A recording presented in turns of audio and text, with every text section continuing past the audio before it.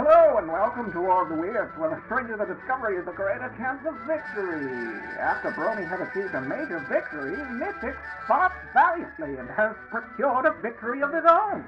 As the war reaches its 7th month, the tensions only grow higher when Mystic collects the spoils of war. Double team.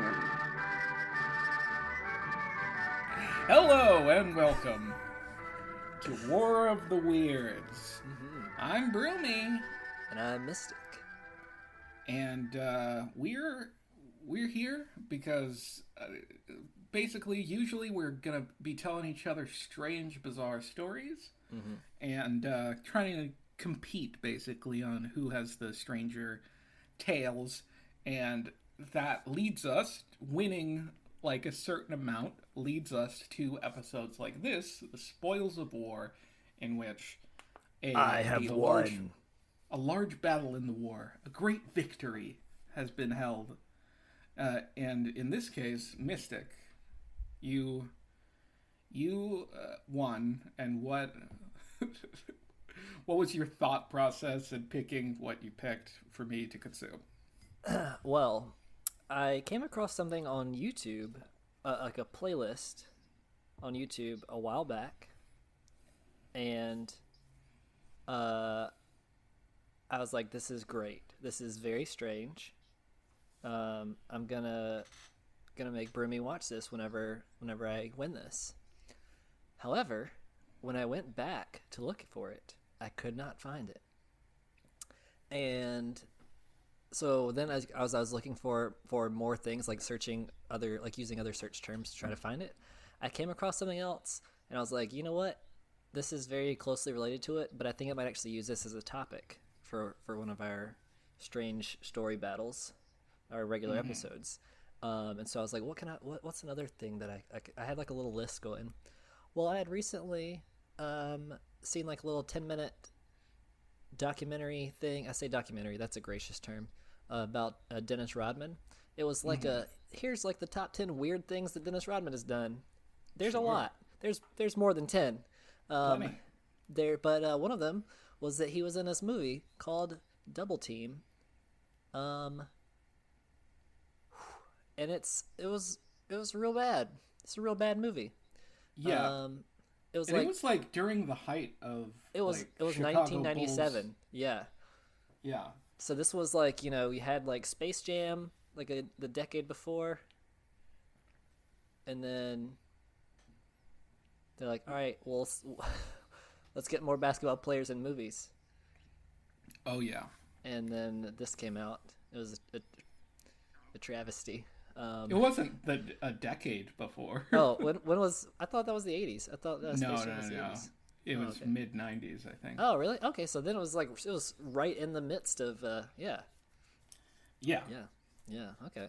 Very different stories, by the way. Not the same thing at all. I see a lot of parallels, but I myself feel that Jean-Claude Van Damme is exactly like Michael Jordan. That's just my thing. That's how I see him. Yeah, he's the Michael Jordan of actors. For sure. Right. In that he plays basketball very well. Is what I'm saying. So I came across that and I was like, let me watch this. And I was like looking at the reviews, and the Rotten Tomato reviews were like 12%. I was like, all right, so this seems like this would be good. So it was, and I was like, I need someone else to watch this and appreciate this so I can talk to them about it, because nobody else I've ever met has seen it, nor do they want to see it. Like that you didn't even interact with. Yeah. Any of those people, if you asked Double Team, they'd be like, I don't know what you're talking about. They're like, nope, I didn't see it. I can't talk about this anymore. Yeah, get away. What is it called? Social distancing? Yeah. That's like the 6 feet thing? Right. Or is that a different term? No, that's I don't right. remember. That's right. Yeah. Okay. So, yeah. I didn't know about this movie. I didn't know Dennis Rodman. Is this like his acting credit, or has he been in like... He wanted to be in more things. And like I don't want to risk. He's tried to have a very diverse career, and yeah, I might touch on this at the end because I don't want to step on any content that you might share. Yeah, he's tried to kind of like partner in a couple of different things. Yeah. If you haven't heard of anything, it's because they haven't gone well. So yeah. So this was probably his biggest thing, other than one other venture that I might touch on. Like I said, he wasn't in Space Jam though, right? Right. Ooh, big burn on. I wonder if that like he was like, hey, I'm one of the guys. Come on. But yeah, I watched it, and I gotta say, I enjoyed it. Like I laughed. Good. Yeah. It's not like a good movie, but I enjoyed it throughout. And I also kind of, like you did for Captain Beefheart, I kind of, throughout the movie, kind of wrote my thoughts on things as they happened.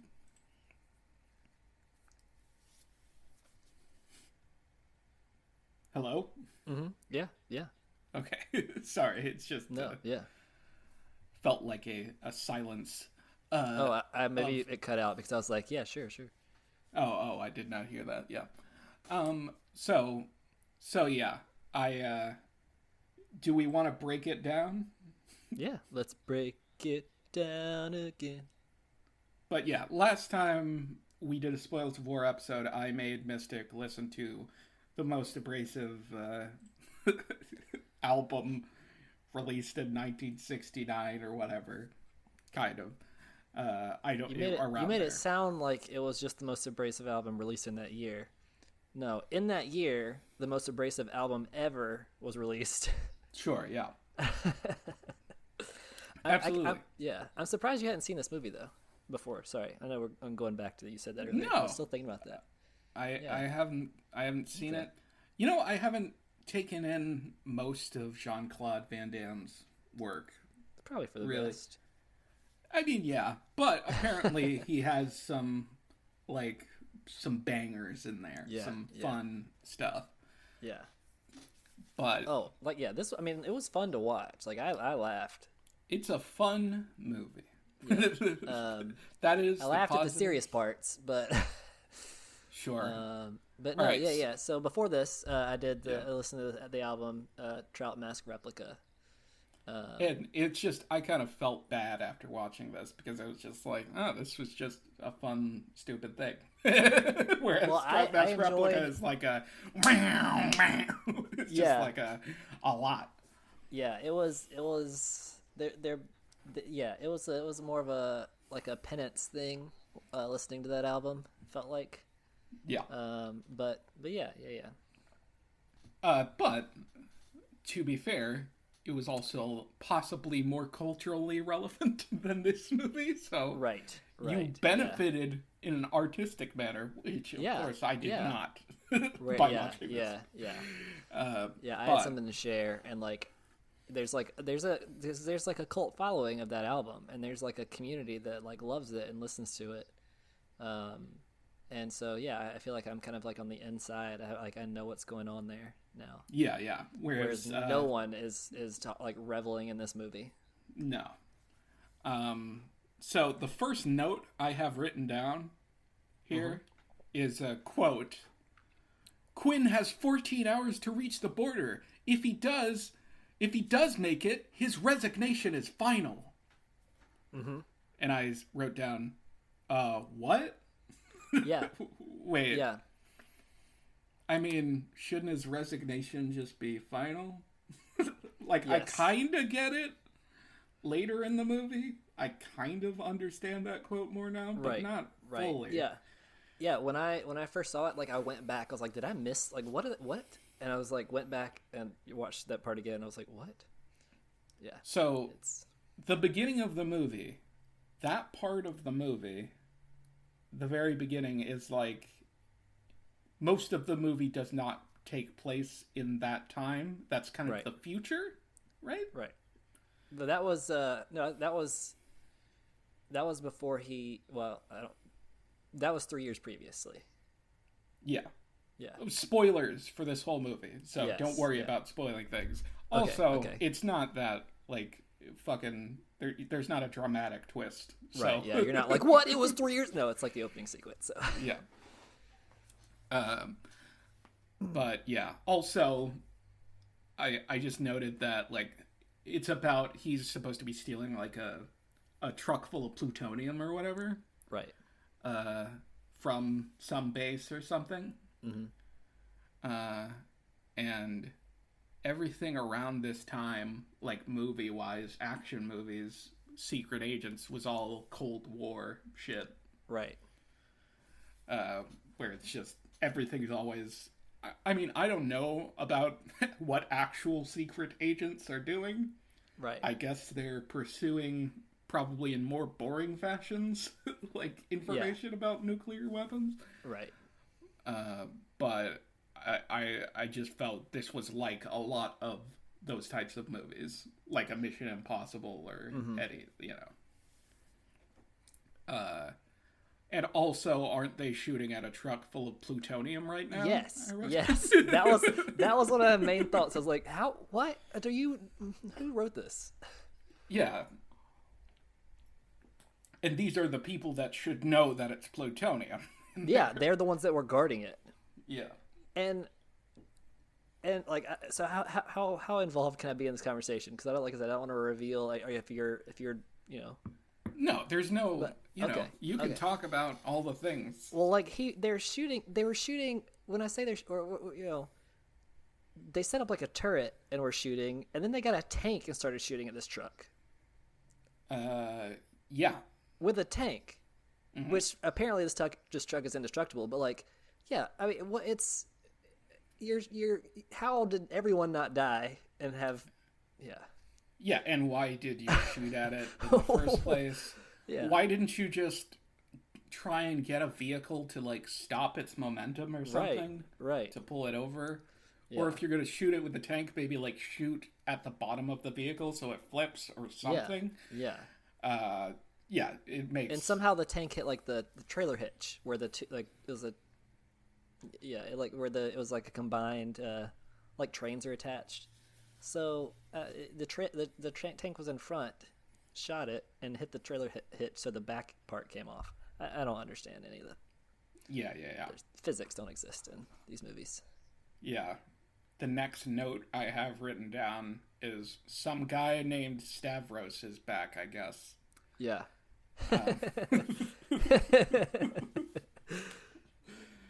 It's not real clear from the beginning. I'm like, I guess I'll figure out who these people are. And then... Yeah. Yeah. It's always weird in movies where it's like even John Wick, which is kind of like a parody of these movies, right? Right. Yeah.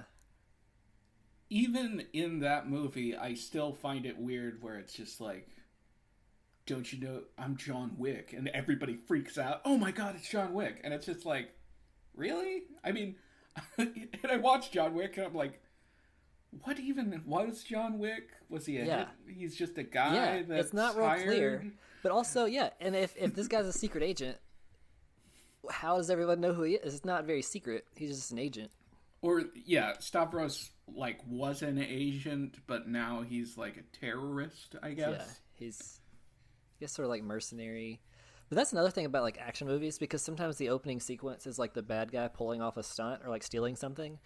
But, like, you think maybe, like, oh, maybe this is the protagonist, and they're stealing this from the bad guys. And you're like, no, that was the bad guy? Because it cuts to, like, the CIA briefing room where they're like, we were hit last night. And like, what? Wait, so who am I? I was already attached to this character. So, yeah. What? I don't, yeah. Also, so, I'm just going through my notes because it's just, this is how I'm retaining a memory of this movie at all. Yeah. It's a quote, I left you a present, and then the guy looks at the back of his car at the bomb in the back seat that is counting down from 59. From 59, on the bomb. Yeah. 3 seconds later, the car explodes. The car. Yes. And, like, he, like, tried to reach behind the car, and it's like, can't get it. And then he has a minute to get out of the car and cannot do it. But it's like, I don't know. Yeah. I know that they're in movies. They're probably gonna not wait the full 59 seconds, right? Right. I usually time those whenever I see like a countdown for something like that, like in 24 and all that. Yeah, I'd always time it. Yeah. But like 3 seconds, it's just like what are we doing here? Yeah. Like, Yeah. It seems very odd. Like even if they waited like 10 seconds, that would be so much better. Like it would feel so much better. You know what I mean? Right. From just seeing the number 59. Yeah. To immediately, oh, it blows up. Okay, that's how counting down and bombs work, period. Yeah. Also, of course, the cool guy walking away from explosions. Of course. And that was Stavros that did that. Yeah, donning sunglasses and all that in proper walking away from explosion fashion. So yeah, Stavros, bad man. And then my next note is this a scuba fetish club? What? Yes. Like, I appreciate, like, have a fetish club, whatever. But why is there a scuba diver in the place of, like, a go-go dancer? Like, what? Yeah. In, like, a small tank? So, so what Broomy is referencing is this like an underground strip club / kind of BDSM vibe. And instead of having, like, strippers in cages or things like that, they're fully clad people in tanks of water with a scuba mask on, just kind of floating there. Yeah. It's not super sexy, unless it's like a fetish thing, because... Yeah, I mean, it's a very specific fetish, right? The scuba diving real fetish. Niche. Yeah. You can watch like National Geographic for that, if that's your thing. Some free divers. Yeah. I'm trying. There isn't like specifically like a scuba show that I can think of. Yeah, I'm just saying like there's got to be like Wild Earth underwater, like Yeah. And then my next note is you can interrupt me to go into deeply into this, but my next note immediately after that was, this is every action movie from its time. Horrible acting. Every dude acting like he's the coolest and in control. Yeah. Like all the tropes are there. From like he's like, I'm retired, I gotta get back in the game, or like something he's like the threat to his family, and then he has to like go see somebody about weapons, and who like opens up this big wall of weapons. Like that's every action movie, even today. Like that's all the same things. You can all like, I could describe this movie vaguely, and like everybody would have a movie in their head. Like, are you talking about this movie? Yeah. If you just like didn't mention that, like, didn't describe Dennis Rodman's appearance, maybe, then it could be any movie. That's what. Yeah. Speaking of which, do you want to provide the listeners? Okay. The quote that I quoted here when I was saying people acting like they're cool and in control. You want to dance? Not unless you ask me nicely. That shit. Yes. Yeah. That quote is probably in 5 of the movies that popped into people's heads. Yeah. Like it's such a already used everywhere quote. Yeah. So yeah. He meets Dennis Rodman, who's getting a belly button a nipple. What was he getting? I don't know if it was like a tattoo or a piercing. Oh, a tattoo. Yeah. I don't know. Some kind of piercing. Because he's getting something because he's already got tons of stuff. He's got like 7 facial piercings in this. Yeah. And I'm gonna be honest. At this point, they said his name, but I didn't hear it. Yaz. His name's Yaz. But I didn't hear it, and they didn't say his name until the end of the movie. Yeah. So I wrote Dennis Rodman like in all of my notes. Yeah. So yeah, briefly they chat and that sort of, you want to dance? Not unless you ask me nicely. That kind of shit. Which is more than half of the dialogue of the movie between any characters. Yeah. So he goes back to Dennis Rodman's office or whatever in this fetish club. And he presses a button and a bunch of guns like pop up or whatever. Oh. One thing you left out there. He signals one of the ladies in the water tank to press the button. Oh, yeah. To get into the room. I was like, how inconvenient is that if, like, they're there during the day and it's not business hours? Somebody's got to get in the water tank and press the button. But, yeah. This scene, though, I was so baffled by the exchange between Dennis Rodman and Quinn, Jean-Claude Van Damme's character. So this is, I'll start with Quinn's line. I'm just going to run through it real quick. Whoa, Santa's workshop. Quinn sees the person in red fetish gear. Is that Rudolph? Dennis Rodman says, I may not have reindeer, but I do have the best elves in the business. Quinn says, Christmas shopping for bad boys? Rodman says, I don't play with the bad boys anymore. Just the good guys. And my note is, none of these puns made sense. Nothing particularly Christmassy was going on, like, to prompt any of it. Yeah. The fetish gear wasn't even red and green. It was mostly black with red on it. Right. So, how is it Rudolph? I was just like, whoa, Santa's workshop. Why is it Santa's workshop? There's guns aren't being built right here. What are you talking about? There's just guns on a wall. Nothing about it. I'm glad you mentioned that line, because all right, there's two like 40-year-old men saying like, I don't play with the bad boys anymore. Like this whole movie, throughout the movie, there's some very subtle homoerotic like dialogue, which is just like, what's happening here? I don't know. Like, well, it also contributes that Dennis Rodman is very regularly, very flamboyantly and bizarrely dressed. Specifically in these first scenes, he's bizarrely dressed. Yeah. But yeah, he looks like he's very flamboyant. His character isn't too flamboyant, but his style. Yeah. He's like leather like crop tops and like things like that, and real tight like sequin like bright like purple shiny pants and stuff, and But like one of the things was like, there was one line one time where it's like, oh, he's like, don't you, he's like, something about like, oh, I thought you used the back door or something. He's like, well, you got a front door too, when like the guy shows up at his house.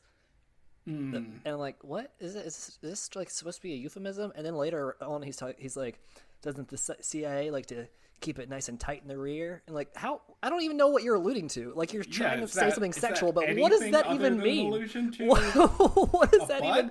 What, you're only talking about a butt. Yeah.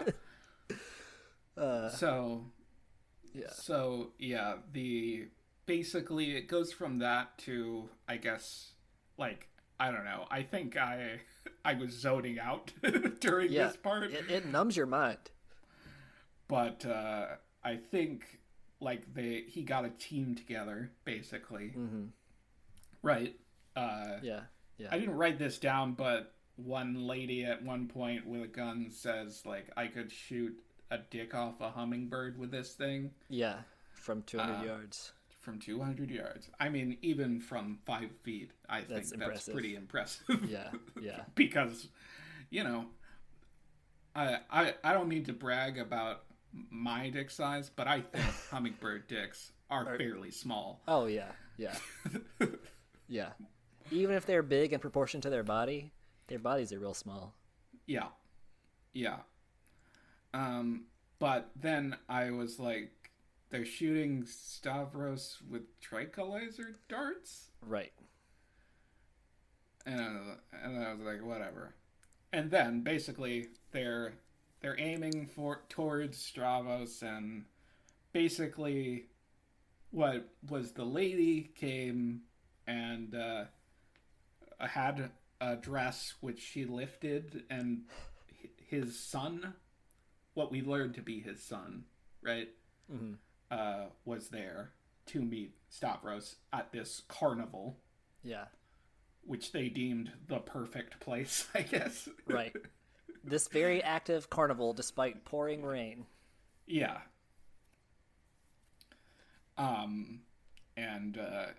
Basically I think it's the woman that was going to shoot a hummingbird dick is aiming at Stavros, and she's like, I got the shot, and there's other people yelling over the walkie-talkie or whatever.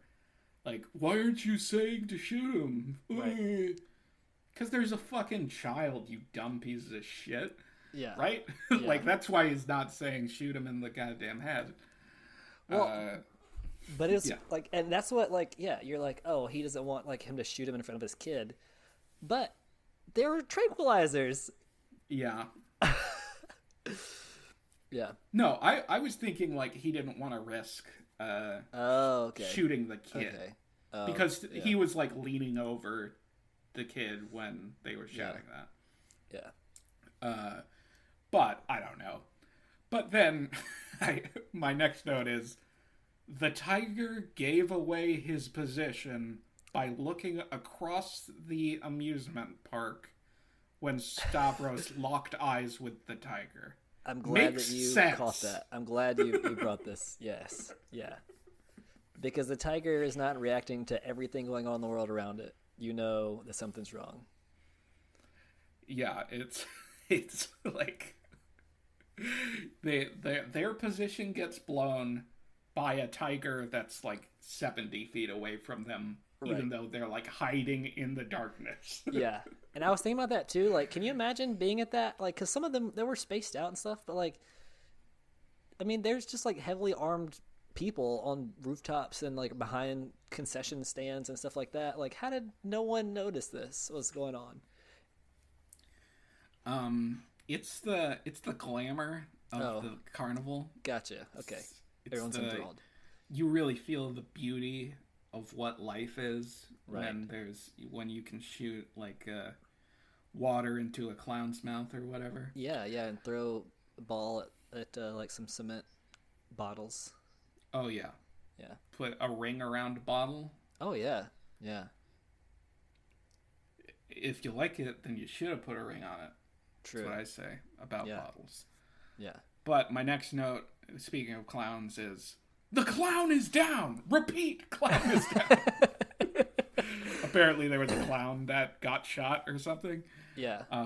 So yeah, there was one of the agents was undercover as a clown. Oh yeah. And then they were like just like 5 guys with machine guns. Oh yeah, just from, like, a bunch of like 5 feet away. Yeah. There were like he saw like as soon as he saw that Jean-Claude Van Damme and company were there, he was like, you know what? Firing frenzy. Yeah, just shoot. You don't know who's this undercover, so just shoot them all. Yeah, it's real crazy. Yeah. And it was just a thing where it's just like I couldn't really tell who was who at any point during the scene other than like just Jean-Claude Van Damme, you know? Yeah, like, yeah. There was a lot of shooting, but it was very hard to tell. Yeah, they're all dressed in black. Yeah. So like the woman gets like mauled by the tiger, I guess. Yeah, the little boy's mom. Yeah, that was which we didn't know for sure if that was the mom or not at this point. Right. But yeah, she gets mauled by the tiger. She's dead, apparently. And then she gets it shows like one scratch on her back, and it looks like stuffing comes out of her coat. But she like instantly falls down. It's bloody. Yeah, it's a very weird, like, I don't know, scratching along the back of someone seems like not extremely lethal, right? Like a single swipe, but I don't know. But basically, bunch of shooting, blah blah blah. But Stavros discovers his wife and kid, and it turns out his kid's dead. Yeah. The kid Stavros was, and my note was, oh shit, the kid's dead. The kid Stavros was hugging like he was his dad before this firefight broke out. Am I supposed to be rooting against Stavros right now? Because his kid just died. Yeah. So it kind of makes me want to empathize with him. Yeah. And then I was like, now we're in a hospital? Like, I didn't understand the transition, really. Right. From then to the hospital. Was the hospital just right next to them? I didn't see Stavros drive away. Yeah, I have no idea. It's just, yeah. There's a lot of kind of loopholes in this movie. Or plot holes, And the hospital's just, like, pretty empty. It's just dark and empty. I was like, is this an abandoned why? hospital? Completely no? Okay. unexplained. Right. Yeah.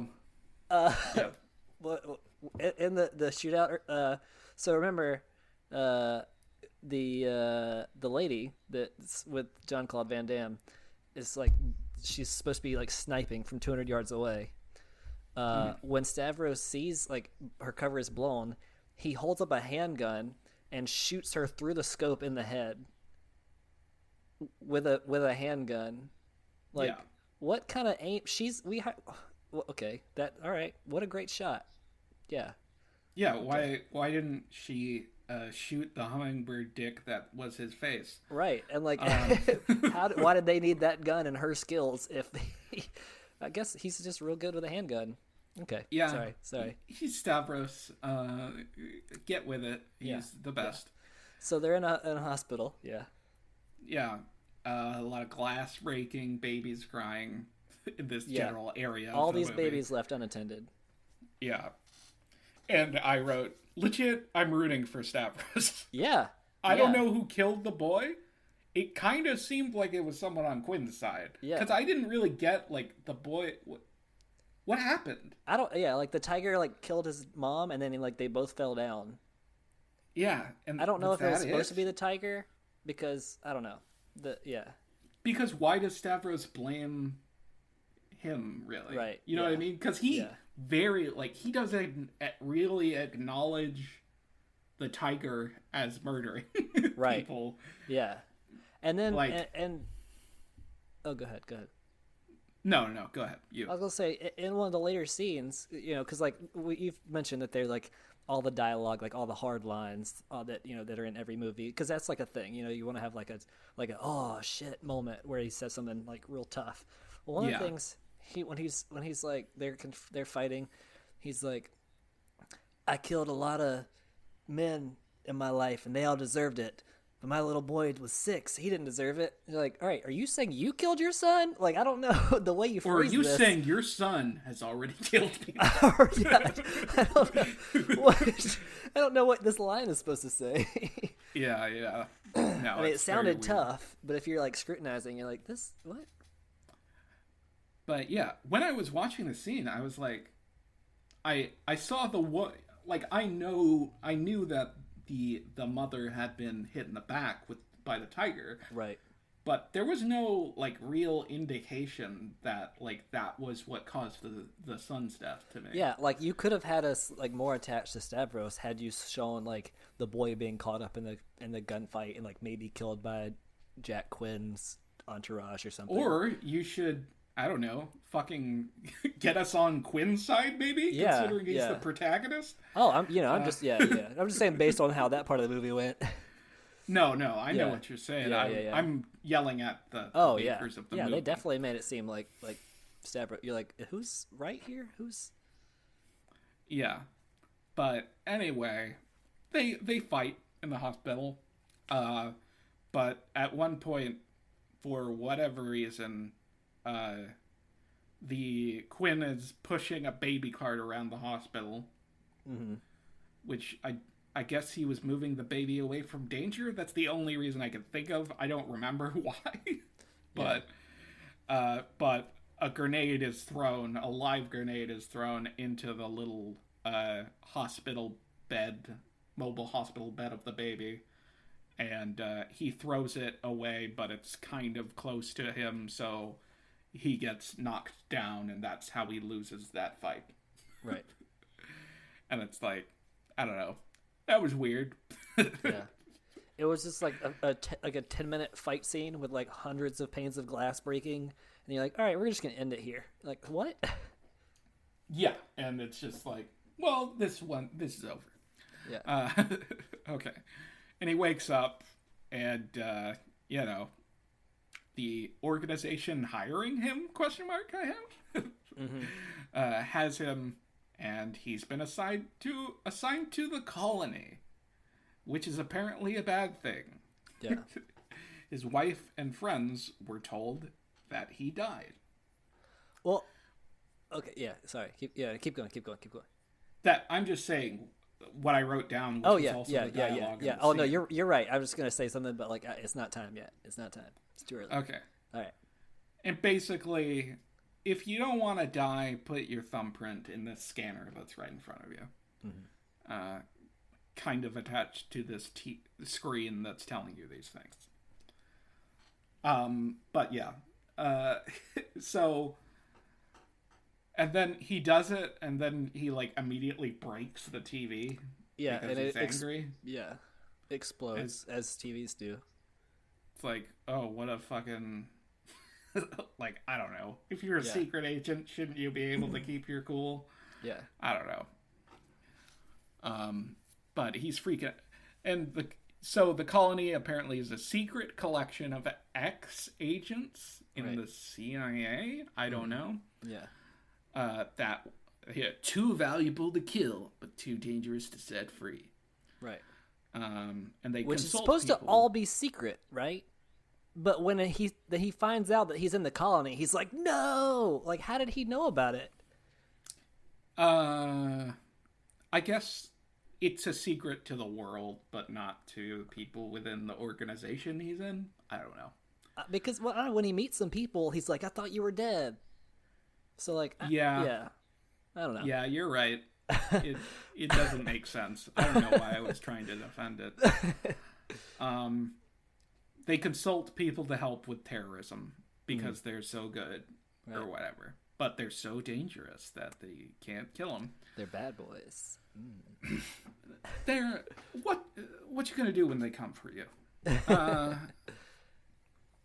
So the guy that's in charge puts a watch on him that tracks him, and does it like kill him or whatever if he? I have no idea. Yeah. Yeah, it's like when this beeps, you got to be where you're supposed to be, or else. Like, what or what? Is it? Yeah. And I wrote down just vague threat. "quote unquote" underwater lasers. Is the primary example of the security preventing them from leaving the colony. A calm British man saying underwater lasers. Yeah. Which is just like, I don't know, very strange. You know what would prevent me from swimming? It being in the middle of the ocean. Yeah, exactly. Yeah. That would really deter anyone. But anyway, so basically he's now on this, like, on this island in the middle of nowhere that nobody knows about except whoever knows about it. Right. And he has a room, where there's a thumb scanner thing in it. Mm-hmm. That he has to check in, like, every, 6 hours. I don't know. Yeah. How often. Yeah. And like when supplies are dropped off and all that. Yeah, and if he doesn't check in by putting his thumb on this thing, as I understand it, he'll get killed, I guess. Yeah. Instantly? That was the implication. That was the implication, initially. Because it's like you got to be there right then. Like, yeah, it's always life or death on the countdown. but it did not. It does not count down it. from 59. You know what it does do? It gives him like an hour, Yeah. But every time that he does it in this movie, there's 3 seconds left. Oh yeah, yeah. And it's like, why? He's just like, I'm gonna wait till the last minute. It doesn't make sense. None of it does. Any of the times. You know what I mean? Like, yeah. Like one time I might understand, because he doesn't know what's going on. But after that, you're like, well, it's got an hour, but I'm just going to go ahead and back to my room and just wait because I don't want to die. Yeah. The initial time, it makes sense because it's like, he's still a free man in that moment. Right. So he doesn't want to do it. Yeah. But it's like, the deal right now. Yeah. So, anyway, Quinn's wife gets an offer back to her. She gets an offer to have her sculptures shown somewhere. Assumably, I wrote this in the middle of the movie. Assumably, it's a plot to kidnap her to get to Quinn. Yeah. It's barely been 4 months since Quinn's been dead. So, anyway. Yeah. Which, I was right. He has a fairly short working out montage that's weird. Mm-hmm. It's just like, also, I don't know, weird rock guitar riffs, but mainly the workouts are just kind of slightly odd at this point. They get weirder later. But, Well, speaking of his workouts, yeah, he does a lot of weird workouts that are like homemade, Yeah. He's like ties blankets. He like makes a little Bowflex thing from like the cords under his mattress, and just like does a bunch of stuff like that. But in one of the earlier scenes, so when he's like first getting like a tour of the colony, he like runs into this guy that apparently they had bad blood between them. Oh, he like was supposedly tried to kill him or whatever. But it was like a mission. I don't know, whatever. Anyway, so he's got an enemy on the island, but the guy gets out of the pool. He's wearing like ankle weights or like I guess wrist weights because he's wearing them on his wrist for like swimming. But like that kind of like that made me feel weird because things are really light in the water, so I don't know how you're like what that's doing for you. Wearing like 3-pound wrist weights when you're swimming. But I noticed that, and then when I was watching his whole like training sequence, I was like, if you've got weights and stuff, why don't you just get some workout stuff? Why do you can have weights like? Yeah. Why do you have to do? Me, why are you being so extra? You're destroying your stuff. My whole thought was like, just do push-ups. Yeah, exactly. Like, what are you doing here? Later, he wanted to a later the workout bathtub. scene. He gets a full bathtub, and he puts, I guess it's a blanket or sheets or something or a towel around the back of his neck, and he lifts the bathtub with his legs. I guess you would say. Yeah. And it's just like, he's like doing from squat position, he's like lifting it type thing. Yeah. And it's like, why this? Yeah. Like, I understand it's for a movie that you're in right now as a character. Yeah. But it's dumb. Yeah. He's got for the scene, he's got his hands behind his back or behind his head, like arms up behind his head, and he's like squatting, like doing the squats and like every time he does it. But every time to act, because he's not lifting the bathtub. So to act like he's doing that, he does this like pelvis thrust thing, and he's like shirtless and glistening. And it looks like he's just like humping the bathtub and like. At the end of that, they do a close up on his face. That's definitely his orgasm. Oh face. Yeah, it definitely is. It's fucking insane. Maybe this was not about working out. This was all about getting off because he was just like in this remote island. Yeah, maybe this is Jean-Claude Van Damme's fetish, is he fucks bathtubs. There's a lot of fetish things in this movie. Yeah. Maybe if we watch other Jean-Claude Van Damme's movies, there's always a scene where he's humping a bathtub. It's in his contract. It's like Quentin Tarantino movies and feet. Yeah. So basically, there's these agents or whatever, like when they're on the clock on the colony or whatever, they're getting contacted by people and they're getting footage of like terrorism acts and like, how do we catch him, or who did this, or whatever. And they know Stavros commits an act of terror, and he leaves the message, "I have your butterfly," graffitied on a wall. Which, basically, earlier in the movie, it's shown that Quinn's wife has a tattoo of a butterfly. Yeah. And it has like a sort of a approximation of the tattoo next to the message. So he's like, just in case he doesn't get it, like, I mean, because you can't read, that's on your wife. Yeah. And Quinn gets a little mad, but I believe he does not reveal that that was a message to him, correct, in that moment. He had a rock, just in my notes say, more weird workouts, rock in a bucket tied to the ceiling, tied to his foot, lifting up a bathtubs. Just do some push-ups, dude. Fucking ridiculous. Close up on his face while he's lifting the bathtub is certainly his face when he busts a nut. I already said that, but bears repeating.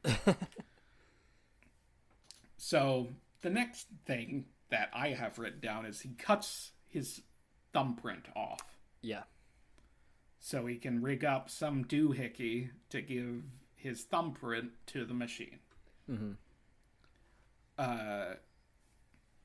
Right? I've got this right. And then basically that he has timed out perfectly to trigger at the 3-2-1 point. Right. Instead of just getting it on there earlier. Let's wait. I don't know.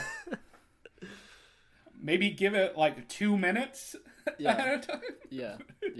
Like, yeah, I don't know that you need every fucking second. Like, I don't think it's like on the hour either. Like, you get the alert. In. Yeah. I think it's like, you get the alert. Maybe it's every 6 hours or 3 hours or something. Yeah. And but anyway. The doohickey he rigged was a marketing ploy.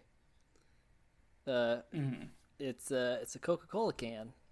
Oh, yeah. Which I didn't notice that because I wasn't paying attention, but I certainly noticed the one later in the movie. Yeah. So I wanted to, that's why I wanted to make sure that this is brought up here. I mean, fuck. It's real subtle. That one's more subtle, but later in the movie, that is the most apparent product placement I maybe have ever seen in a movie. And we I know I have, like, Broomy has brought it to my attention, and so I'm not saying like that we both have an issue with this, but it's something that, like, my pet peeve about, like, companies and marketing and with, like, pop culture things. Like, I know that's something that you have brought to my attention, and I have since become very annoyed at, and that's something that you continue to discover. I brought to you a new thing to hate. Yeah, and I love it. Like, I'm glad of it. So this was especially heartwarming for me to find in this movie. Yeah, it was. I was like, Rummy's gonna love this part. Yeah. So he rigs up his Coca-Cola branded savior device, and he, I guess, rigs it to go right as the 3-2-1 happens, and immediately he's off. He goes to some cliff face somewhere, jumps into water. For whatever reason, the underwater lasers were deactivated. I don't know why. Yeah. Like, did you get why that happened? Because I don't. No. Why would you? No, and then I'm just like, I won't question this part. Yeah. My next note: underwater fighting. Can there be anything more exciting? Maybe any other kind of fighting. Yeah. Because it's just extremely slow movement underwater. Mm-hmm. And I guess these are like pieces of cargo on the water that are like little cargo float boats things. Yeah, it's never really explained. I mean, it shows something, but I couldn't put all the pieces together. And I think the cargo got picked up via plane, and he was on the cargo. Right. And It's weird because they drop off with the plane and there's like boats involved. You're like, well, if there were already boats, why is this? I don't know. Yeah. And basically, he threw a bunch of people that were on the cargo plane out of the plane, knowing that they had parachutes, and he commandeers the plane. And then my next note is, okay, Dennis Rodman's back. Finally. I said fetish Rodman. Fetish Rodman fight. For like 4 seconds, they fight in front of his like shop or whatever. And then, which I guess, I don't even remember this part of the movie that well. Yeah, they fight for 4 seconds, and then my next note is, okay, he and Dennis Rodman are jumping out of a plane now. Mm-hmm. None of the dialogue they have with one another makes any sense, right. Almost at any point throughout the whole movie, and they interact probably the most of any two characters. Yeah, they're the two main characters, and you can't follow anything they're talking about. So he gets to his own house, Quinn does, after escaping the colony. You're not going to talk about how they jumped out of the plane? I mentioned it. But I mean, I don't remember. Oh, well, they don't use parachutes. Instead, they're like, so they picks up at the plane. He's like, "You sure this will work?" He's like, "Yeah, you don't need a parachute. This will work." And so they jump out of the plane, and they hold hands, and then a giant ball pops out and surrounds them. It's a giant like basketball. Yeah, that's inflated. I was thinking. Yeah, I just missed that. I must have been spacing out for like a minute when they were talking. So then they just bounce to safety. It doesn't show it, but it's implied that they like bounce to safety. It shows at the end like them rolling on the ground and then pop like coming out of it. I did see that, and I was like, is that supposed to be a basketball because of Dennis Rodman? Yeah, like, did Dennis Rodman require this or something? There's a few basketball lines. Yeah. It's when I saw that, I was like, are you kidding me? Like, oh, all right. Yeah, I was like, I'm pretty sure that's a basketball thing. I thought that maybe it was like that was their parachute, but I mean, I just missed something. Yeah, that's good. That's good. But Quinn gets to his house where there's a maid carrying to a baby stroller, and he thinks to himself probably, oh, that's my baby at my house, and there's a maid caring for it. And then the maid says, yes, Catherine, I'm coming, which I guess Catherine's the wife's name. Yeah, which we don't know until this point. Yeah. I mean, he maybe said it in the beginning, but there was a whole scene we didn't even mention where, but she walks away, seemingly without noticing Quinn, and Quinn walks up, and what do you know? The baby's a bomb. Because that hasn't been done before in the movie so far. Nope. Bombs, very common in this film. Mm-hmm. And it goes off, and of course he gets out in time. Right. Even though he was right next to the baby that was rigged to explode as soon as he got near it, I think. Mm-hmm. Or I guess it was like a remote-controlled bomb. Yeah. And the lady held it or knew it or whatever. But why did that woman need to be there? Yeah, you could think that he's just like we'll just when he gets close. And that made me think, like, I was like, I wonder if she, like, they didn't know when he was coming, so she had to just, like, walk around caring for this bomb the whole day, talking to it like it's a baby in case he was watching. Yeah, but couldn't they just have a security cam? Oh, yeah, totally. Installed if they're all agents or whatever that are you didn't need awesome. Anybody, you didn't need any bait. You just have the house, and he goes into the house, and you see it on the camera. And you're like, okay, blow up the house. Well, now he's near the baby. I'll just press the button, and it's over. And action scene of a bunch of people trying to kill him. Pretty cool, I wrote down. Like, the action in this movie is good. Yeah. I enjoy it. But it's also, like, it's very silly. the action. Yeah. And sometimes hard to follow. Yeah, it's hard to see like who's who or who's what, and like the one of my favorite fight moments was like Stavros. He goes up. I don't know if it's like the hospital or like but he's like behind like a bulletproof like bank teller glass or something. Presumably bulletproof. And Stavros like reaches in the hole and pulls him, and it busts the glass. Like he just like pulls him through the. Yeah, was that the original hospital? Because okay, that was more questions about that hospital. That like why. Yeah. What's going on with that hospital? Yeah, that there is a person up front, but there's nobody else. No staff. Yeah, yeah, just a room full of babies. No parents nearby looking in the nursery. No nurses tending to them. There's no nurses just leave them or there, doctors. You know? Just babies. Just in the most vulnerable state of their life. You just leave them in there and lock them in a room. They'll be fine. Yeah. Yeah. Why wouldn't you? Yeah. But we learn via there's like a repeating tape that's in a car, right? After that firefight, Quinn survives, of course. Right. And there's a guy that's gonna get Quinn for a moment, but Dennis Rodman shows up and punches the guy. Whatever. Whatever happens with that, that happens. Yeah. His baby, there's a repeating tape that's playing on a car with an open door. That is Stavros, I believe, saying that his baby actually hasn't been born yet and was going to be born tomorrow and in Rome. So the boys are going to Rome. Yeah. And my next note was, I was expecting Dennis Rodman to be the worst actor in this movie, by the way. He isn't. He is not. I was thinking that. I was thinking, well, I was like, the extras are better than him, or better than the protagonists, than like other main characters. But then he's up there. We're just saying something, because he's still not good.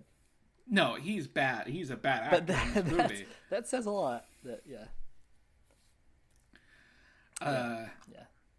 Jean-Claude Van Damme is just very stilted.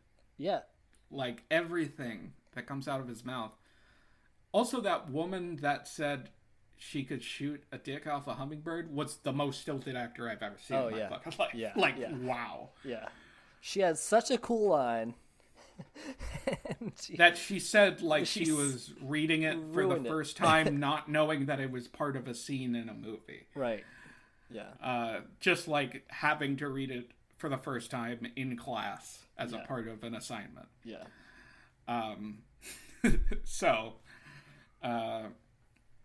But yeah. So Quinn promises Dennis Rodman, I think earlier in the movie, like, I have bank account numbers of agents or something. Yeah. Right? Yeah. And that's how I'm going to pay you. Yeah. And they talk about things, and like Dennis Rodman's like, hey, if I'm going to help you here, you need to give me those account numbers before I go to Rome with you or whatever. And Quinn reveals that it was bullshit. Yeah. Like, the account numbers didn't have anything in them. It's just like, this guy's a fucking asshole. Yeah. Like, I understand that it's like a personal thing. You know, it's his wife and child. It doesn't... You're putting Dennis Rodman in danger. Yeah. You know what I mean? Yeah.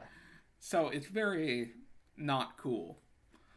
And then there's this, like, he explains the situation that it's his wife and child, future child, are in danger to Dennis Rodman. And Quinn says, I'll get you your money. And Dennis Rodman says, Quinn, keep your money. And I'm like, what? This is all it took to persuade you?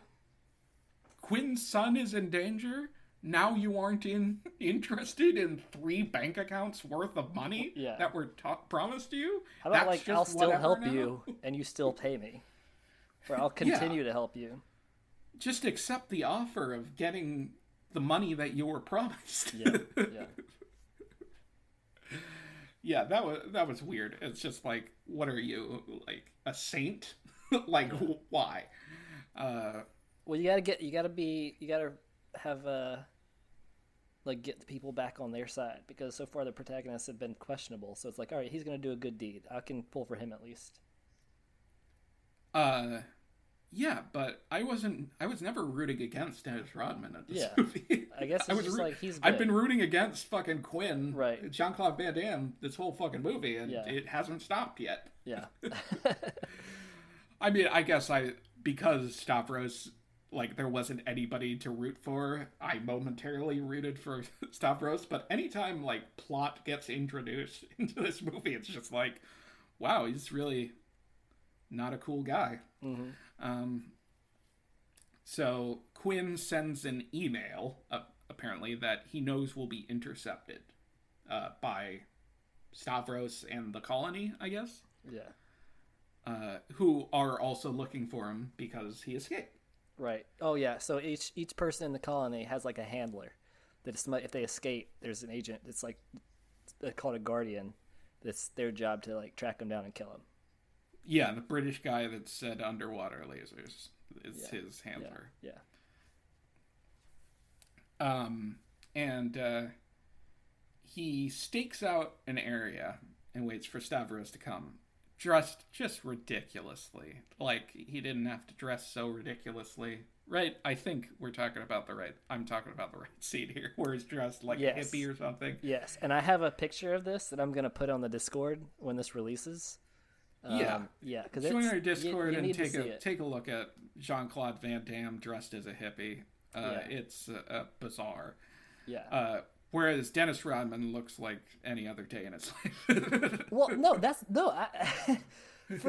is what blew my mind for that scene, is that they're like, all right, we need to blend in, and so he's dressed like a hippie and has like steampunk goggles on and a wig and like a chain around his neck and rings, and there's and Dennis Rodman's in a suit, and right? and they're sitting on a bench with like some goth people with like fishnet arms and like, you know, shirts or whatever, and like spike collars and earrings and all this stuff, and Dennis Rodman's in like a suit and a fedora.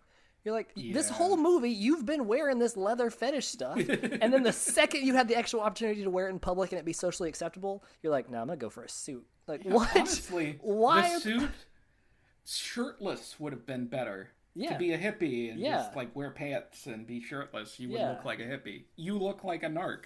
You still have 50 nose rings. Like, yeah. You're drawing more attention to yourself. You're 7 feet tall. Just, I mean, there are moments in this movie where Dennis Rodman is in public trying to sneak around, and it's like, you look like you know? Yeah. Like, you're in Rome. You have like, zebra-striped, multicolored hair. I don't think there's many black people in Rome, first of all. Right? Right. I don't imagine it. Right. Maybe there's an amount, but I don't think, like, it's not like America or a large American city or anything. Right.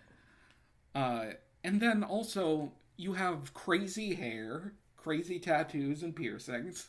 Like, you're the most noticeable person on Earth, almost. Yeah. Even in America, in the middle of a big city. So you're gonna be like, sort of like, slowly skulking around in public. Yeah. It's not gonna work. Anyway. A car starts honking its horn, and Quinn's wife is in the back seat. And he sees her, and I don't know. Why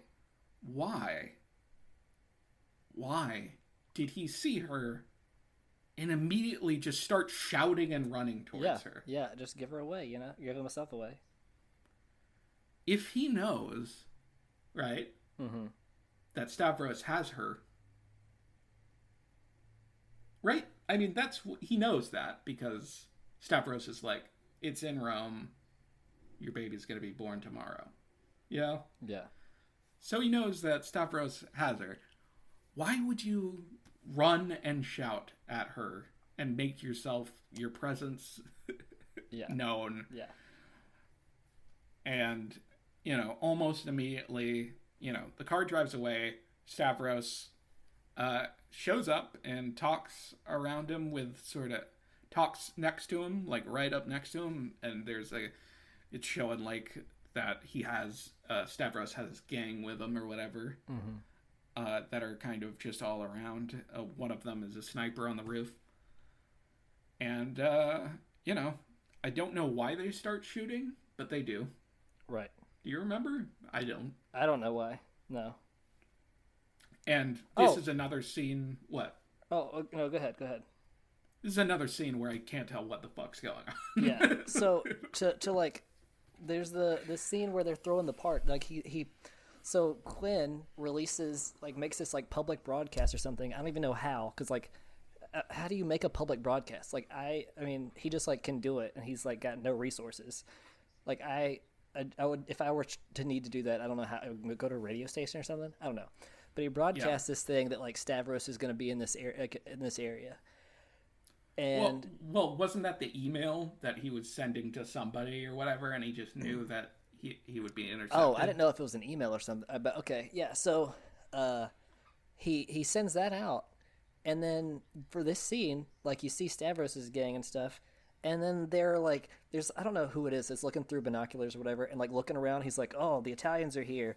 Oh, the Chinese are here. And he's like going around looking and seeing like all these secret agents from other countries and stuff, saying that like everybody's here for Stavros. Like, this is it's going to be a tense. But once again, how does everyone know every secret agent? What's the whole point of having a secret agent? Like, you can all just recognize each other's. Yeah, like at this point, it's like, in this universe, secret agents have their own little magazine. Yeah, and like they just kind of like make deals amongst themselves, I guess, and like, okay, we'll call it resolved. Like, it makes no sense. Yeah, these are horrible secret agents, or they're whatever they are, because Stavros is he's like a terrorist, mercenary guy. So it's like whatever they are, they're famous mercenaries, right? I guess. But, like, I don't know. Even if I'm in that world, I don't know how many extremely famous mercenaries on cases that I'm not working on, I would know that much about. I don't know anyone else. Like, I can't name anyone else in, like, my profession. Just because I'm, like, that doesn't make you know everybody. Like, yeah. Yeah. All right. So, yeah. They start shooting, everybody's running around shooting. Dennis Rodman, as I noted earlier, this is the point where he starts trying to be inconspicuous and following a guy. Yeah. Which you just look at it and you're like, this is so stupid. Just look at the situation. He literally tiptoes. Like, how conspicuous is that? Hunched over. Most noticeable dude in the world. There's and I wrote, there's a reason they don't make Where's Waldo books with Dennis Rodman. You open the page, there's there he is. Of reasons, there actually. He is, yeah. Yeah, because it's just like, you'd go through that book in 20 seconds. Yeah. A dude that was sniping, now carrying a gun case, and Quinn's following him, and turns out the gun case itself can shoot. Yeah. Always good to have one of those. Which is a weird thing, but kind of cool, but at the same time, I'm like, I don't know. Yeah, it's cool technology. Yeah. So Quinn, fill in any blanks here, because I'm not even seeing connections. Oh, yeah, no, this was all just like all over the place. I was like waiting for this scene to end and like see where they regrouped. Yeah.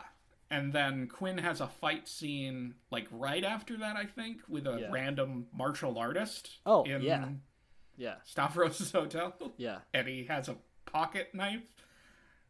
He was wielding a pocket knife with his foot. Right. Yes. At some point. Yeah. he kicks off his shoes, and he's got like a butterfly, like a not a butterfly knife, but like a stiletto, like a switchblade, and he just like wields between his toes. Right, he just wields it between his toes, and like that's how he chooses to fight. Like, okay, what? And I think that only lasted, like, him fighting with that for, like, 5 seconds. Yeah. But even within that 5 seconds, how would that ever be a good idea? Even if you're a great martial artist, that's not the way. Like, you have 2 hands free to punch and 1 foot for stabbing? Yeah. You could hold the knife in one of your hands. And probably could manipulate it a little better. Yeah, and just real quick, going back to like when the fight broke out and like Stavros, they all like fled the public square. This was outside, like in the courtyard or whatever, and like went into the hotel for the sniper, or wherever they were. I don't know if it was a hotel. Like everybody just started shooting everybody. Like all these people in the like I don't know, it's not congregation, but like all the people in the like the masses of people down in public just like pulled out guns, and it turns out they were all like somebody doing something, but you're like, who is who? Like they're just shooting each other. I don't even know who these people are, and it just like shows them shooting for like a few minutes. You're like, why am I watching this? I don't know who is, because it's a matter of like in the first scene where I didn't know what was happening in the carnival, I knew that there were 2 separate teams. Yeah. But in this scene, I know that there's Quinn and Dennis Rodman, and then there's the bad guys. Right. So I just don't, like, there are so many people shooting, and none of them are the good guys. Right. Yeah. So, what? The 3 main characters don't have guns and then, like, run away, and then camera just, like, still just watches a shootout with, like, 30 people shooting each other. Yeah. Like guys on horses pulling out guns. It's all weird. Yeah. Yeah. And at this point, Catherine, which is Quinn's wife, is in a hospital with Stavros. And Stavros' people. And then my next note is, Dennis Rodman's name is apparently Yaz. Yeah. They said it like once before this whole movie. They said Quinn like 80 times. 80 times, yeah. But also, we learn Dennis Rodman is apparently a friar. Yep. A religious sect of hackers, secret agent men that all look. Everybody else in the friary just looks like an old friar. Yeah. Yeah. But they're agents of... They're cyber monks. Fill in the blank. Yeah. He's like, these guys have been collecting info in Rome for 500 years. I gave him a little update. You're like, what? Is that what monks do? They're spies? Yeah. Yeah. You ever see that... you ever see that Disney Robin Hood with the foxes? Yeah. Yeah, that one, like, dog Friar Tuck or whatever. Yeah. That dude was a spy. You can't totally. Trust that guy. Totally. Yeah. And a quote from this movie is, catch you on the internet, my brothers, is what Dennis Rodman says. That's going to be my new sign-off phrase.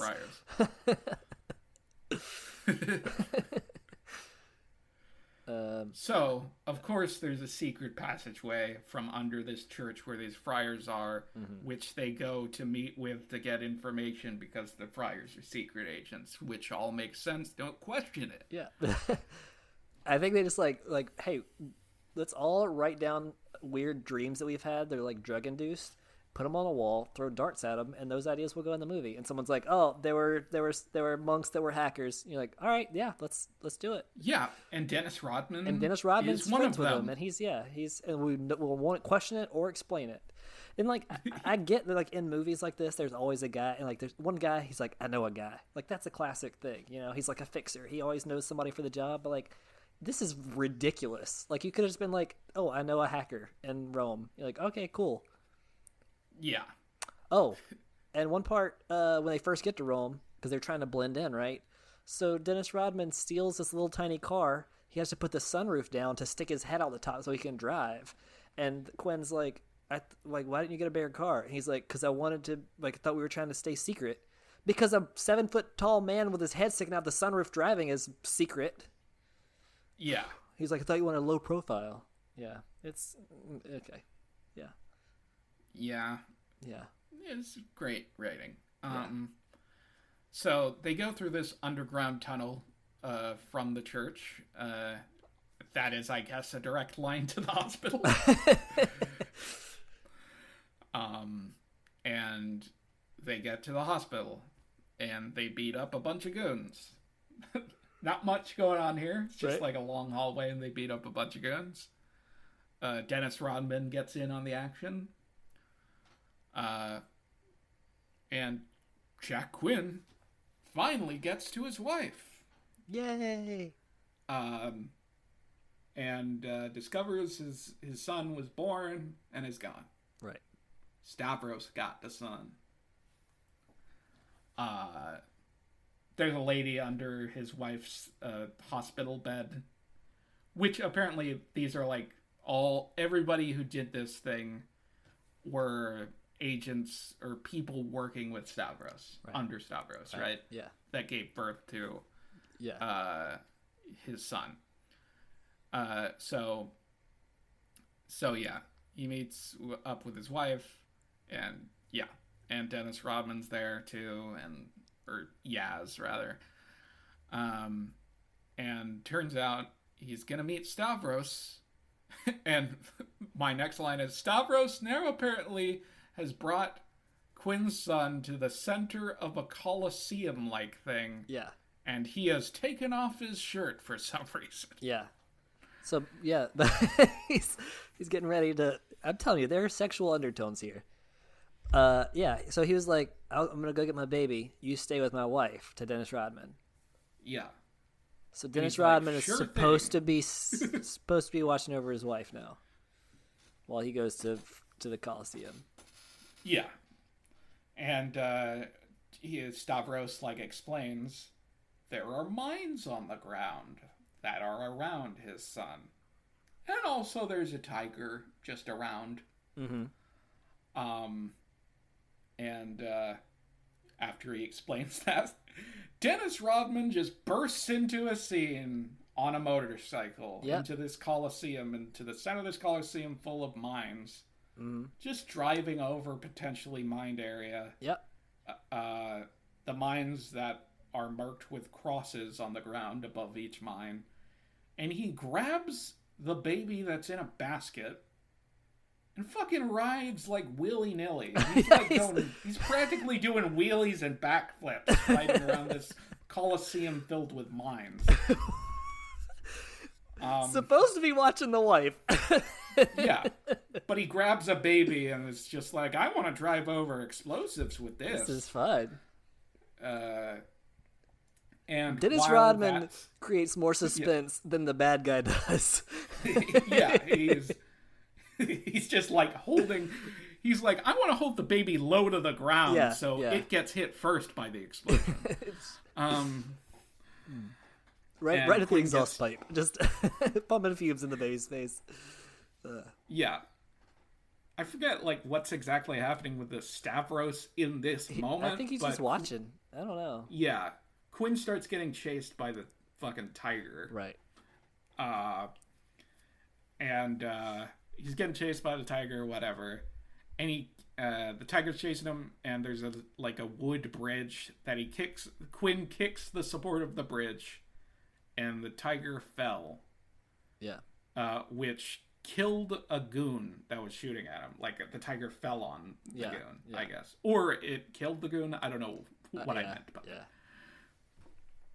And so far, this tiger has had a leading role in this movie. Yeah, the tiger, I would say, is the best actor in the movie. Yeah. I believed that he scratched the back of that woman earlier. Yeah. I know that it's the same tiger. Yeah. I know they didn't get a different tiger. Yeah, and through the chase scene, Quinn puts the gate up between them. And it's this is how he killed the guy's wife. How is... Yeah. Oh. My when he walks out in the Coliseum, I forgot this. He he walks out in the Coliseum, and Stavros goes, "Well, Jack, I can call you Jack, right?" Like, yeah, that's his name. Like, I get that's like a line in movies, but like that's not. Also, like, what else are you gonna call it? Kidnapped his son. I don't know. Maybe. Yeah, I know it's like a villain thing where there's a sort of like, hey, I'm gonna be kind of a polite guy, while also threatening your son and wife's life as much as I can. Yeah. And trying to kill you. That trope is always stupid to me. Oh yeah, totally. But yeah, Dennis Rodman's there now, shirtless, throwing Quinn some rope. Apparently, Dennis Rodman just saw a hole in the wall and just threw the baby in there. Yeah. This will be safe. You know, there's a tiger loose, and there's yeah. And the baby I doesn't seem to be crying, but could at any moment start crying. And the tiger will hear that as "eat me." Yeah, exactly. But Quinn, after the tiger falls, he goes back to fight Stavros, who is, I guess they're under or around the Colosseum, and the tiger's just wandering around while they fist fight. And I noted that Quinn loves doing the spin kicks or totally. roundhouses. Totally. Super into them. It's what he practiced with the bathtub.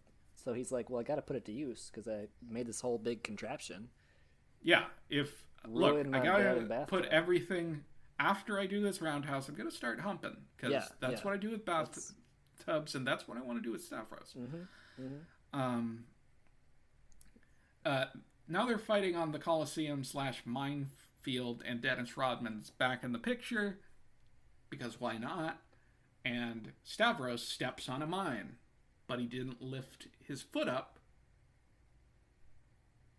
and the tiger comes at him. Random guy from...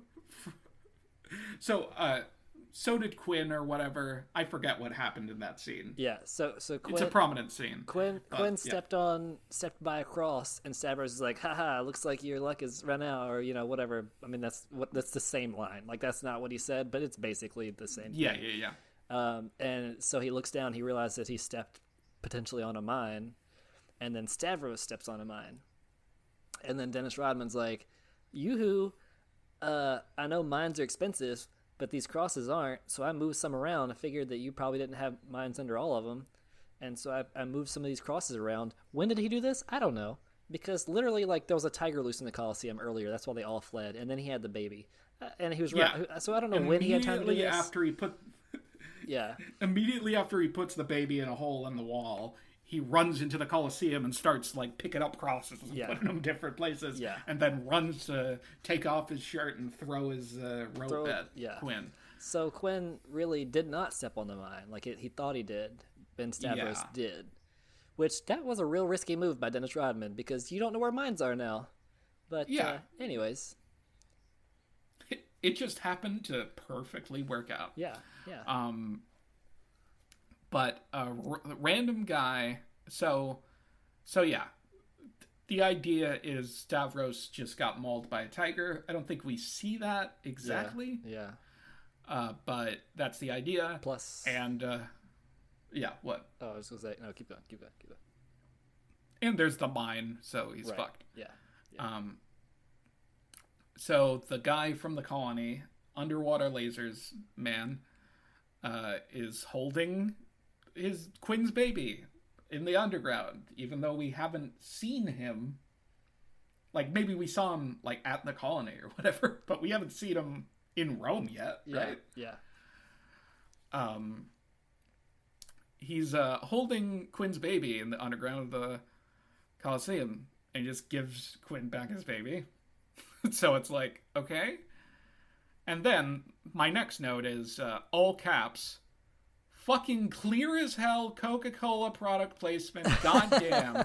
A Coke vending machine blocking a massive explosion from hitting them. Yeah. Goddamn fucking so obvious shit is what I wrote. Yeah, that's pretty much as subtle as that advertisement was. Yeah, I was just like blown away. It's just like, well, they weren't blown. If you had a Coca-Cola vending machine in front of you, you wouldn't have been blown away. I know, and I've installed a few in my home since watching this movie for protection. Yeah. So what Broomy's referring to here is when the mines went off, the Coliseum exploded. Like concrete walls were like blown and blasted away. Like the entire structure, like super, like walls and walls of brick and concrete and stone. Yeah, which is kind of not generally what mines do. Correct. Even if it was a cluster of mines exploding. Yeah. Kind of doesn't really make much sense. Yeah. But what's stronger than concrete and rocks and walls is a vending machine. The refreshing taste of Coca-Cola. Yeah.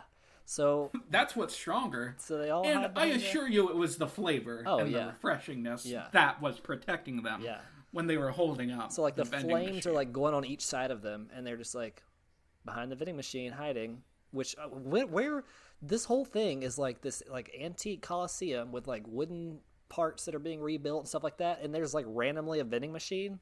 Like how jarring is this? Even for like a tourist place. Like put that outside by the porta potty or something. Yeah, maybe if this was occurring in like a mall or something. Yeah. Maybe then the vending machine wouldn't have been so egregious. Right. Of product placement. Of course, I would notice it because I'm hypersensitive to it. Yeah. But it's just like you're in the ancient Roman Colosseum and tigers. You're fighting tigers. You're fist fighting. And there's landmines. But now there's just a fucking full Coke vending machine. How did Stavros even get a tiger? Like why did villains orchestrate this whole big elaborate thing? He could have pulled out a gun and shot the guy right there. Oh, yeah. Because Quinn walks out with a gun and he's like, drop it. It's the end of the line. And he's like, okay. So he drops it so he can fist fight Stavros.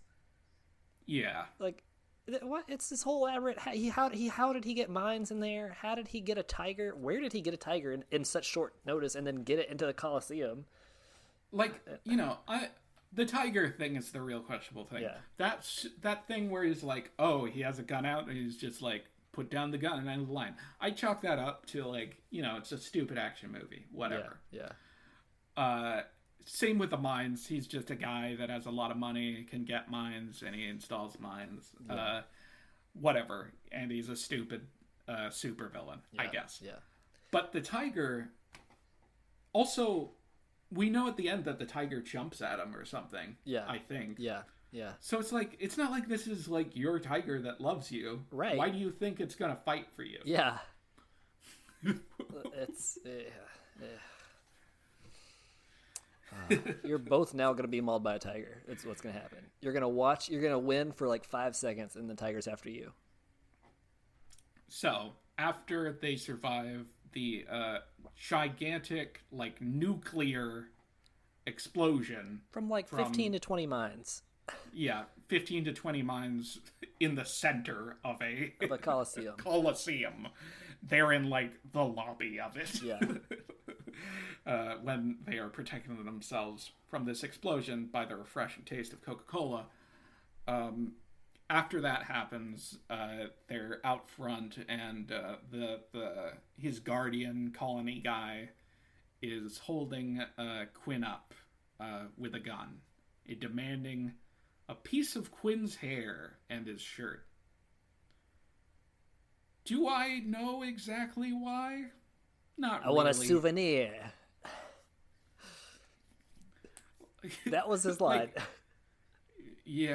Like, what? They know. I just don't get it because they know who Quinn is. Like, right. What do you need that for? Yeah. Anyway, Yaz, of course, throws down a smoke bomb, which he has. That's a quarter. Oh yeah, that's a quarter that was he held out earlier in the movie. Yeah. that was in his pocket or something. It's lucky quarter, whatever. Yeah. He throws the smoke bomb quarter at the ground. Quinn gets in the conveniently placed car, drives away. Random colony guy is like, "Oh, you ruining my plans," to Dennis Rodman, basically. Yeah. And then Dennis Rodman looks at he drives away, the colony guy, and Dennis Rodman looks at the wreckage of the Coliseum and is like, they're gonna blame me for this. And then the movie ends. And it's like, what? Yeah, I don't get that resolution at all. Any of that. I continuously followed the movie, and then the end is like, all right, was there like another scene that they cut off? Is there like a post-credit scene that'll explain all this? Yeah. No. So my theory, which I don't even think holds up, like I don't even firmly believe this. I thought, because when he goes missing or whatever, like when he first leaves the colony, the old British guy, his like watch beeps and he like covers it up real quick, and I thought that was like, is that insinuating that he's the Guardian that's been activated to go kill him? But then the diver tries to kill him, so you're like, wait, no, he's the Guardian. Also, the Guardian tried the diver tried to hold his head in a plastic bag to suffocate him when they were already underwater. So I don't really know what that was about. You're like, yeah. When I first saw that, I was like, oh, this guy's like helping him get off the island. He's got like a bubble, like a helmet of air to get over. And I was like, wait, what? Anyways. Yeah, no, he's trying to suffocate him underwater while he can't breathe the water. Right. Yeah. Yeah.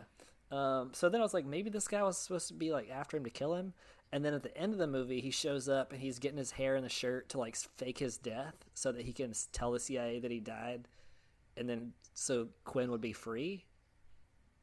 Quinn does not agree to that. Yeah. For whatever then reason.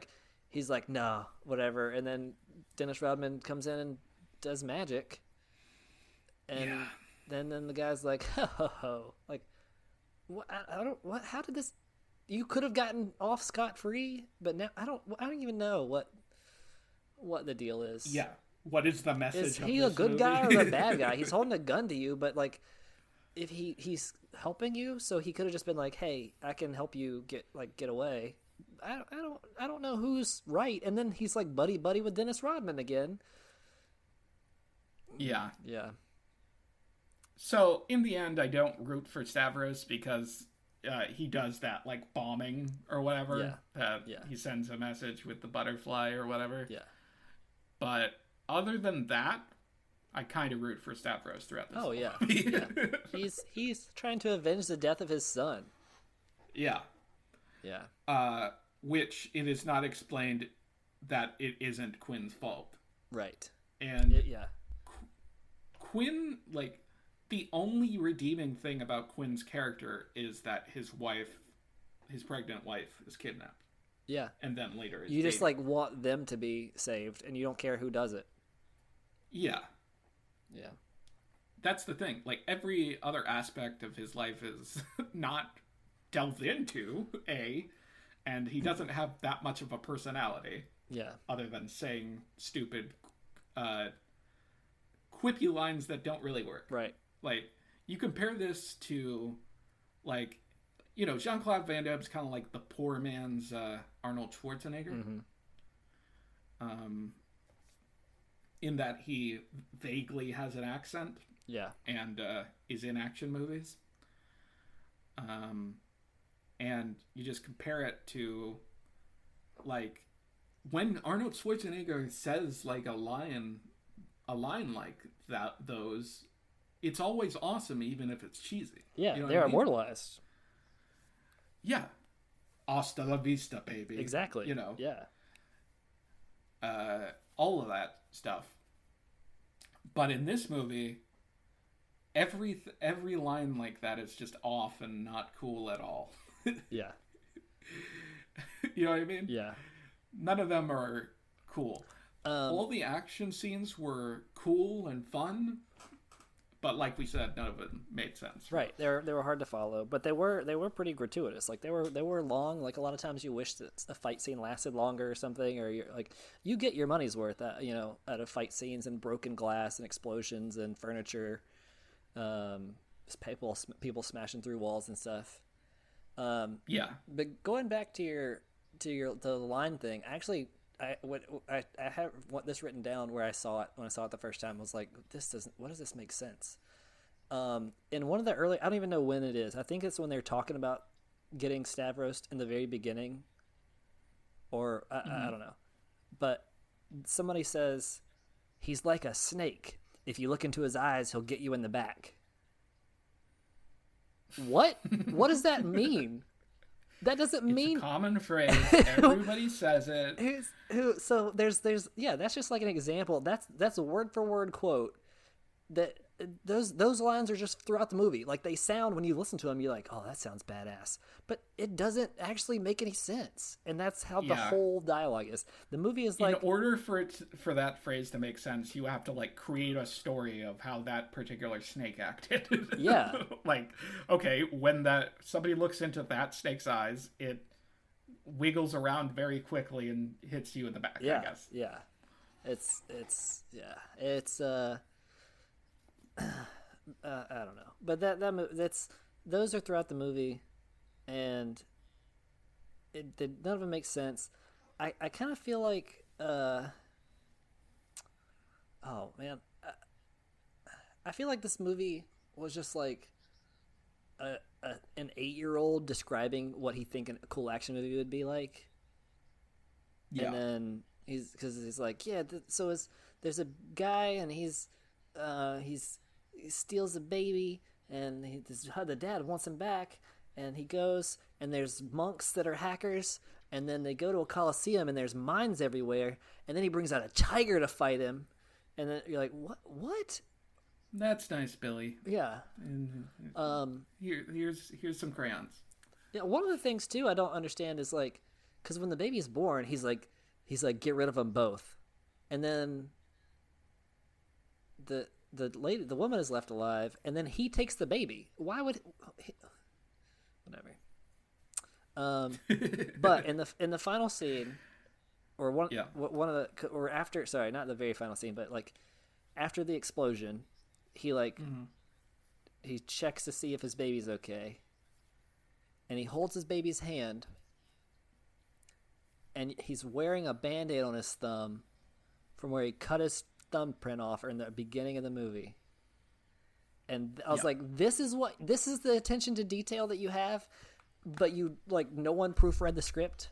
Like you why would you go that far? And then I don't know. I was legitimately impressed by that. But my first thought was like, did I miss that? I was like, oh, I guess that's just from his thumb. Case, but I don't know how the continuity was in place. Right. Yeah. And, but also Dennis Rodman's hair was a different color in every scene. So so much for continuity there. But yeah, my assumption is like that's just his character. He always gets his like even hair done in Rome. Crazy. He's in Rome. Yeah. Oh, and he's one point. When he's trying to maintain a low profile and he's in this car, he's wearing he has a sweatshirt on. Like under the sweatshirt, he has like a morph suit with a face cut out. It's like an orange, like skin tight morph suit around his whole body or something, because you can see it as his neck and it's over his head. But I was like, what is he? I don't. Yeah, I don't know. It was a great movie. 10 out of 10. It was a great movie. So, I'm glad that I was shown this movie. Good. Because it's a fun movie. Good. You know? Yeah. I'm glad I can talk about it with somebody. Yeah, I mean, I think it's a movie. If you want to put on a movie and not pay that much attention to it, I think this is like the perfect type of movie to put on. Yeah. Like, even if you pay 100% attention, the plot is still extremely hard to follow. So you might as well just like have it on, kind of be doing whatever. You hear gunshots, you look up, you watch the fight scene, and then when they start talking, you kind of go back to whatever you were doing. Yeah. Yeah, everything that makes sense in the movie, you've seen in every movie before. Right. You know all the what I mean? tropes. Yeah. So there's a bunch of stuff that doesn't make sense and stuff that is ridiculous in like fight scenes that are enjoyable to like visibly see and stuff like that. And basketball one-liners. Yeah, and very silly action movie dialogue that if you pay attention you'll be like, oh, that's stupid and fun. But yeah. So 10 out of 10, best movie ever. Yeah.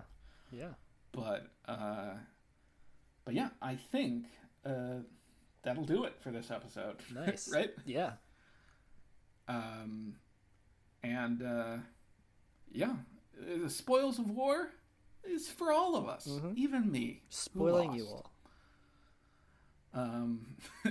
And have a good one. We will see you on the next one. Bye.